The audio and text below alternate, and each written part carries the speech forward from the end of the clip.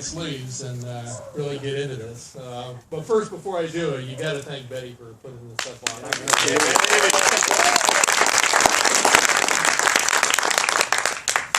I thought I was bad in being a lot of energy and stuff, and this lady makes me look like a child. What she's put on and what she's done has been absolutely phenomenal.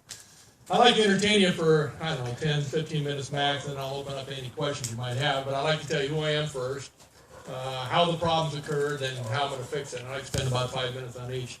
I'm a second generation. My dad retired as a lieutenant on the department. My son wants to be third generation. He's still trying to make his baseball career. I'm anxious to watch him play. He's got picked up by the Red Sox again, so he's still trying to make it in the bigs. I was down to my last 20 bucks when I joined the Army. I went overseas and participated in the conflict over there a few years ago. Came back and my dad said, "You need to go in the Sheriff's Department." And I said, "Okay." We looked into it and worked out great. The unusual thing at that point, though, is I was almost disqualified because I had 3 tickets in a 3-year period. One for 65 and a 55, another illegal left turn, and the last one for brake lights.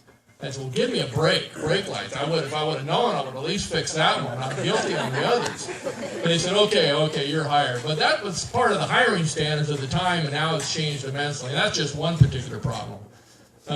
So I got on the department, had a great career, moved up through the organization, and within the organization is always fun because as soon as you make sergeant, you take your dad's badge and number. You make lieutenant, you take your dad's badge number again. So it really brought my dad and I real close. And then he was very proud as he moved up in the organization. So I retired as a commander, overseeing the 3 southern jails in LA County, Mid-Central Jail, Twin Towers, and CRDF. I also followed my dad's footsteps. He taught college over at West LA for about 20 years at the same time, and I did the exact same thing. I got my degrees and got my teacher credentials, ended up teaching a variety of criminal justice classes at El Camino College for over 20 years. Also taught high school for a year and then the Explorer program for 3 full classes. So I know how important education is, not only for the families, but just to improve your own self-worth and from an intellectual standpoint. As a captain, I was asked to go to Mid-Central Jail. They said there was a significant problems going on at the time. Inmates being beaten, the morale was very poor, a lot of significant problems. I was working as a captain at a prestigious detective unit. It's like, why would I want to leave detectives when we're doing some good police work to go back to the jails? But being a team player, this is what you do. I went back there and realized that the problems were so bad. And I can give you story after story after story about some of the issues that were going on. I'll give you one just short one. About 3 days into this, Judge, I believe it was Pregerson, gave me a call and said, "Hey, we got some problems in the jail up here on the 3,000 floor, where we find out later on all the 3,000 boys were beating inmates." And they said, "I understand there's some writings on the walls." And I said, yeah, there are. Well, I like to see them. No problem. That's what inmates do. They write on the walls. And they said, "No, this is inside the locked control booth where the deputies work, where the inmates don't have access." I go, "You're kidding me." And so when he showed up about half an hour later, we walked and went into 3100 on the 3,000 floor. And inside there, it was absolutely atrocious. It was so embarrassing. Somebody, over a period of, we figured at least 6 months, had taken a Sharpie and had written all over the walls, all over the ceilings. The fire hose was pulled out, which is a safety device, scribbled on the fire hoses, on the keyboards, around the monitors. There's bumper stickers on the key box that said, "Please don't feed the animals," which really upset the judge, and I realized, holy mackerel, we're in trouble. There's some issues in this jail that you just can't believe. Well, make a long story short, I was the captain there for about 16 months. We changed the entire mindset. I managed by walking around. I set the standards high. I held people accountable, and during that year, we were able to lower force by 25%. I've got the stats. I'll be glad to show them to you later on. What does that mean? Lower what? Lower the stats. The statistics on the number of force. Yeah, I'm sorry. We track quite a few indices in the jail systems: force, complaints, escapes, all this type of stuff. And the force was out of control. And within a 1-year period, we were able to lower the force by 25% and continue to lower it into 2008. And we did it without any more bodies, deputies. No more supervision, no more money, no cameras, just by holding people accountable. Lee Baca liked it and promoted me and said, yeah, you're doing such a great job, we want you to do that now for the other 3 jails. So we started to do it. But unfortunately, the captain they promoted behind me did not have the same mindset. I'll just play it forward 3 years at this point, but Lee Baca and this particular captain, which would be the alpha omega of the process, the beginning and the end, they were both punitively assessed over $100,000 each for allowing a jail to have inappropriate pattern and practice. And now we're under an investigation by the Department of Justice for the abuse going on in the jails. That's how bad it was 3 years later. The problem is, and what I want to emphasize is none of this needed to have occurred. All of it could have been prevented. And when I saw that the inmates' bones were purposely being broken under the command of this particular captain, purposely to get a tattoo so the deputies can be part of this rogue gang, I found atrocious and unacceptable. I raised my hand. I've taken a number of oaths in my life, and we're there to uphold the Constitution. That's not what was being done. Purposely, bones being broken, and that's the sad part of all this. The head strikes and broken bones were going up astronomically. Again, we had indices to identify the particular problems. I went up to my chief, my boss, and I said, we need to move the captain. We've got a significant problem going on. He said, no, can't do it, not going to do it. He didn't have the courage. I call it supervisory paralysis or supervisory cowardice, however you look at it. He said, I can't do it. Only the sheriff can move him. But I said, I need some support. And he says, no, let him fail. I said, we can't let him fail. I got to go over your head. I went over his head. I went to his boss. He said, I can't do anything because I get outvoted by Mr. Tanaka all the time, which is one of the candidates also running for sheriff.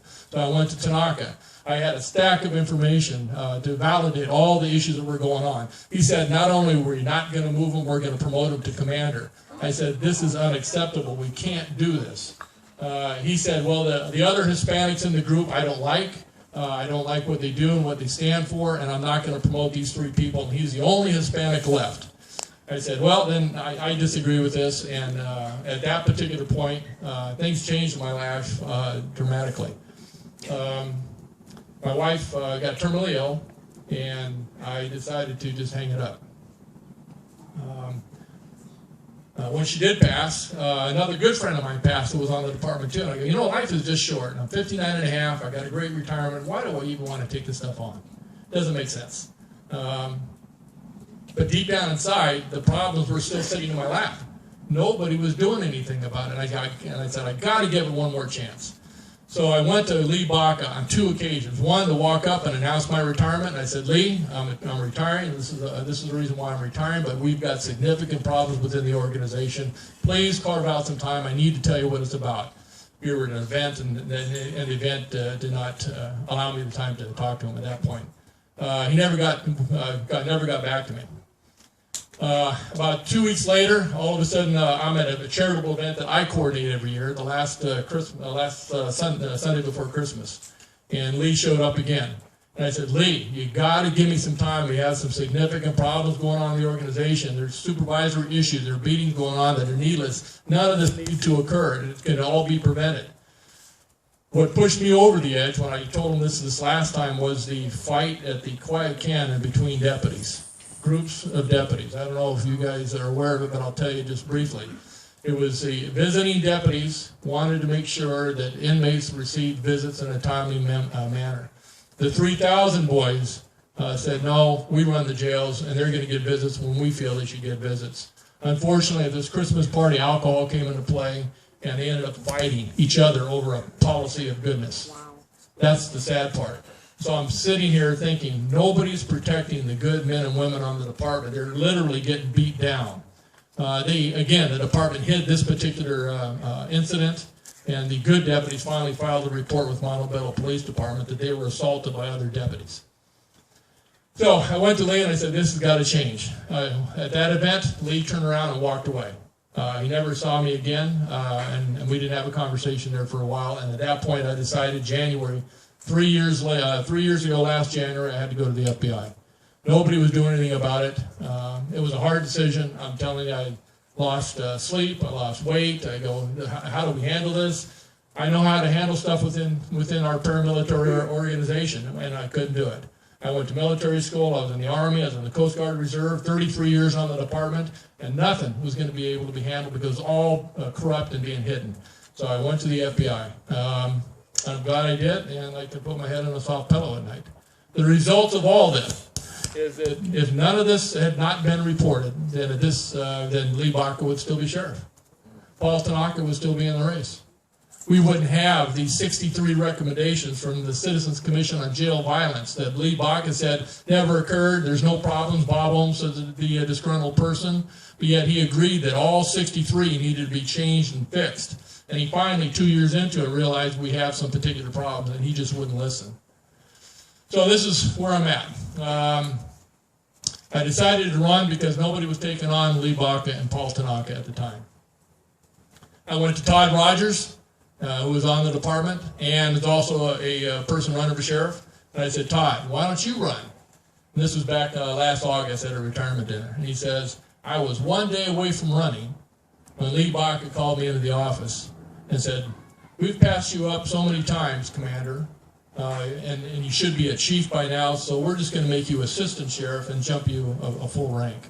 But don't run against me. And this is what Todd told me personally. And he said, no problem, I won't. Well, my personal opinion, you sold your soul for the wrong reasons.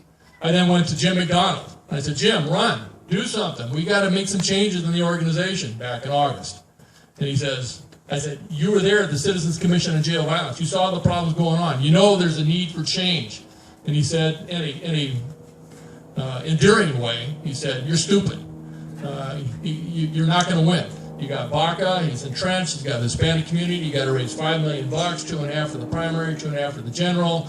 He's got all the power, you're not going to win. I said, somebody's got to take these guys on. So I figured, why not me? And that's the tough part of this whole thing. Just jump in and do it. The nice thing is, my background is, I've got no holes to dig myself out of. I'm cleaner than Safeway chicken. There's nothing in my background that's going to hurt me at all. My issues, I just need to get a name and a face out there to go ahead and identify what the problems are. And that's what my poll says. My poll says if I can get the message out, you will win and you will be successful. And that's what I'm doing, going out for the grassroots and reaching out to the people. I'm the only candidate that's got and here's another ironic thing, which I don't understand. I'm the only candidate that's got a comprehensive plan of reform that's on my website. And I think Betty's got one or two that might be out here now. I don't understand why the other candidates don't have that. When I had a press release, I held that plan, 17-page plan up in front of me, and I said, this is my scorecard. This is what I expect you, the media, to come to me 100 days when the honeymoon's over to say, what have I done and how have I accomplished it? But yet none of the others have really come out with anything on this. That's part of the problem as well. And in that reform plan, you'll see a variety of stuff that I want to take a look at. Number one, I need to take politics out of this. This is a public safety race, nonpartisan.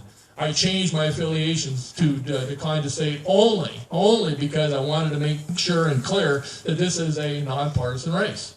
I'm not going to be endorsing anybody as sheriff. I mean, Lee Baca endorsed two different people in one race one time, saying, they both qualify, so I'll endorse both of them.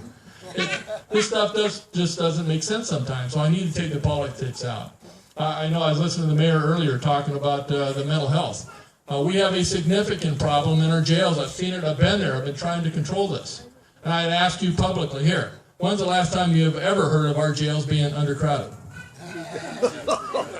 If they've always been overcrowded, what are we, as visionaries within the organization, doing to anticipate the overcrowding that's been overcrowded now for the last 30, 40 years? Well, I tell you right now, it's only going to get worse. It's going to get worse because I did some research and realized that in 4 years, and this came out in the Times the other day, in 4 years, the inmate population of the state prisons is going to increase by 10,000 more than what it is right now. Oh my God. And if that's going to increase, 40% of them come through our jail. And if 40% goes through, that's 4,000 people going through our jails in an already overcrowded system. How are we going to handle this? Well, the big thing is that I concur exactly with the mayor. Where are you, Mayor? Oh, there you are. Thank you. And the one thing I concur with the mayor, we need to get the mental health, the mentally ill patients out of the jail system. 50 years ago, they shut down the mental asylums and felt it was best to go ahead and handle this at a local neighborhood level. And I agree. But with the economy and everything that's happened recently and everything's been shut down, we haven't been given the service to the inmates, to the patients that we need. And the mentally ill, the cost of housing a mentally ill patient is astronomical with all the medication and everything else. And then you can't blame them for stealing food when they're mentally ill to feed themselves. And we've got the same people in there 40, 50, 60, 70 times. They don't need to be there. I need to get a mental health court as a pre-booking process where we have a mental health judge. And we get the DAs, the PDs, change the legislation and work on this, and they get the verdict immediately. On top of that, we need also a pre-booking process. There's a gentleman named Barry Peru. He retired from our department as a sergeant and got his PhD. He was able to convince that the mental health need to team up with the deputy sheriff in the streets. And he was able to convince the department and the board of supervisors that we could put 6 teams out there. Well, the second we got the approval on it, the department took 3 of those teams away just for salary savings and used the money for elsewhere. And right now we only have 3 teams from the entire county that if you had a mentally ill patient, you can call this MET team that would go out there and do the intervention and free up the deputies so they can go in and do more work as well. And we need more of these intervention teams also. But if I can eliminate the mental health issue within the jails, I could probably free up 15 to 20% of my bed space. That's going to give me an extra 4,000, 4,500 beds that I can use for true criminals that need to be there. But we need to go even further than that. And the tough part is I need to take a look at maybe some of this pretrial releases and figure out what's the best way we can eliminate, again, more bed space because it's only going to get worse. The one thing I think we do need, and it's in a strong message, is, and this would be symbolically as well, I truly believe we need to tear down Men's Central Jail. Yes. It's antiquated, it's old, and here's the ironic part about it. The square footage of the cells in the jails were built on the configuration of cubic feet. The state law mandates square footage. So the day it was built, we were out of compliance because the ceilings are tall, which means we've got a lot of area there, but that's not the living space. So not only is it antiquated the day it was built, just a linear design on this makes it dangerous for everybody that's in there. We just need to take a look at it from another perspective. But when we build the new jail, I need to build a new jail so that the entire bottom floor is a process where the inmates coming out has a way to fill out applications to help themselves. And I say this from the standpoint that the average grade level of a male inmate is 4th grade, average. The female is 6th grade. Ladies are smarter than guys. I can say that right now. But that being said, do they know how to fill out a job application? Do they know how to fill out information for disability or economic help from the communities? Absolutely not. And this has got to be all part of an in-reach program, not an outreach, but I need to bring in-reach. So I have community members that actually go into the jails, like we have our clergy members, and help them fill these applications out so that when they go home, there's an anticipation that there'll be some help for them at the back end at their house. And then they go to the house, they collect whatever welfare stuff that might be able to help them so they're not a scourge on the society again. But that's just the jail system. I got a ton of other ideas. A lot of them are listed in my pathway to reform. This is a very important race from the standpoint of how we're going to change the culture within the organization. And through word and deed, I'm going to have to set the standard and set the tones. One last thing I'm just going to say, and that's from the standpoint of one of the most immediate things I'm going to have to do upon my initial entry as sheriff, is that if you read the paper, let me backtrack just for a second. You guys remember that movie Network? In 1976, I think it was Howard Beale, and he sticks his head out the window and says, "I'm mad as hell, and I'm not going to take this anymore." I'm telling you, that's how I feel. I'm just mad as hell that for the last 3.5 years, with all this negativity and embarrassment on the department, the hiring processes, 2 more incidents just came out yesterday. One's in the Times, and the other is on NBC, where it talked about deputies demanding sexual favors of trainees before they can get off training. Are you kidding me? I am just mad as hell that this kind of stuff is going on. And I have to ask, with all the stuff that's occurred in the last 3.5 years, why is it that I'm the only whistleblower?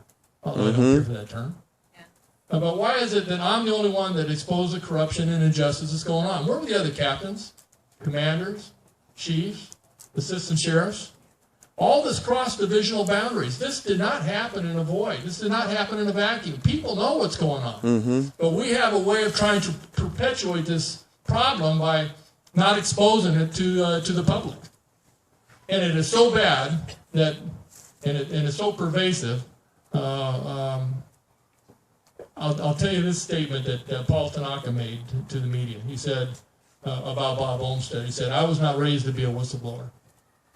This is the guy who was the #2 man on the department. This is the guy who ran the organization when Baca wasn't around. This is the guy who says, "I wasn't raised to be a whistleblower," meaning reporting corruption and injustice. This is the guy who set the tone for the entire department. This is the guy who says, maintain the code of silence, walk lockstep, do not report injustice and corruption. And this is the guy who's running for sheriff. This is unacceptable, totally unacceptable. And this is the reason why we're in the problems we are today. And I need to go in, and to finish this up, I need to go in and identify those captains, commanders, chiefs, and ask them and challenge them. Where were you? How come you didn't do anything? And if you didn't do anything, I don't need you. You're not part of my team. You're fired, you're demoted, you're moved, whatever the case may be. That's what's wrong with this organization, is we have the failure of good people, or people to stand up for the right reasons. And that's what we need to change on this. And that I think is going to be the biggest, it's not going to be an obstacle. It's just going to be the biggest factor, I think, that's going to make change within the organization by setting the tone immediately that this stuff is unacceptable. I've got a lot of stories, I got a lot more I can tell you about, and reforms and plans and everything else, and I don't want to bore you all, but I'm anxious to take a ton of questions if you have them.